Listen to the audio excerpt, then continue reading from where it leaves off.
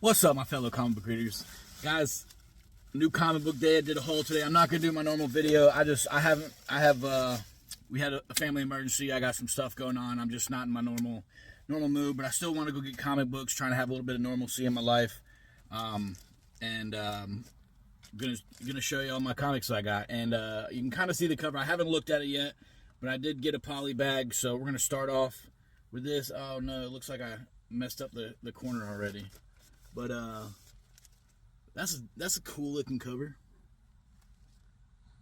Superman and Darkseid fight. That's a pretty cool cover.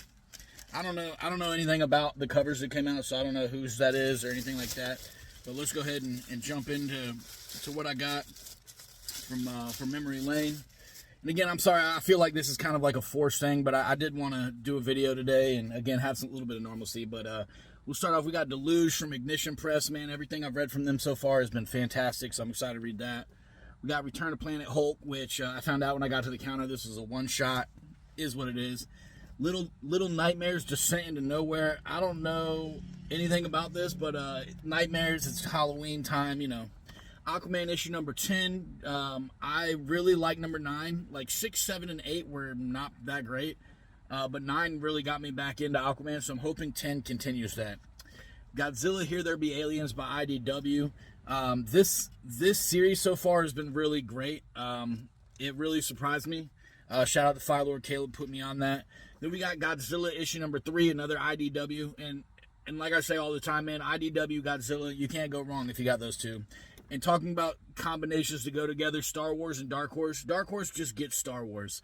But this hyperspace story is Tides of Terror. The first one was pretty solid. I'm excited to see what they do with this one. Next up, Batman Gotham by Gaslight, A League for Justice, issue number 4. This is a Justice League comic. It shouldn't have Batman in the title, but it's issue number 4. Pretty solid. Everything Dead and Dying, issue number 2. The first one was really good. I heard this one was even better, so I'm definitely excited to read that. Next up, we got Supergirl issue number 6. This has been absolutely amazing, every single issue so far. I'm excited to continue that. Next up, we got Captain Planet issue number 6. This is not your childhood Captain Planet. This has got some adult themes, a little bit more adult themes in it. Like, it sticks to the Captain Planet, like, you know, lore and everything, but I thought this is pretty good so far, so I'm excited. Next up, we got Cul-de-sac. I think this is issue number 2 or issue number 3. It doesn't say on the cover what issue this is. I think it's number 3. Yeah, it says it in there in small print. Cul-de-sac issue number 3. I was like, I'm pretty sure I read number 2, but maybe I didn't. But Cul-de-sac, if you guys aren't reading this and you're into like vampire lore, this does not follow typical vampire lore. It is fantastic. Again, a great Halloween read. We got The Unchosen issue number 4. This has been pretty solid so far. There was a little bit of a turn at the end of 3, so I'm excited to see what goes on with the people that took the main character. Eddie Brock Carnage issue number 9. I was hoping number 8 was going to have Eddie Brock losing Carnage to Muse, but it didn't happen. So maybe we see that in this issue. Maybe not. Who knows? And then probably a lot of people's freaking pick of the week, Absolute Batman issue number 13. We got Catwoman finally. It's been getting teased for a long time. We're finally going to get a chance to read it. And then speaking of getting teased, Transformer issue number 25.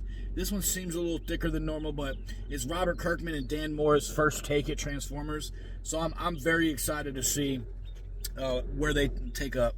And then last but not least, we got Imperial War, Imperial Guardians.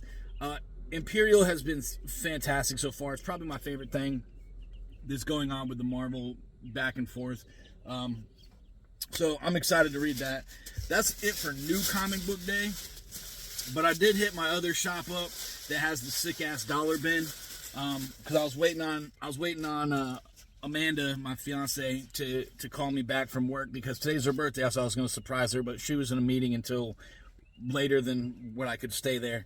But we're going to go out to eat tonight to celebrate. But from the dollar bin, I got Namor Night Black 2, 3, 4, and 5. They didn't have number 1, but that's okay. I'll find it somewhere else. And then they had a lot more than this, but I was like, you know what? I'm going to start off because I'm already spending too much money.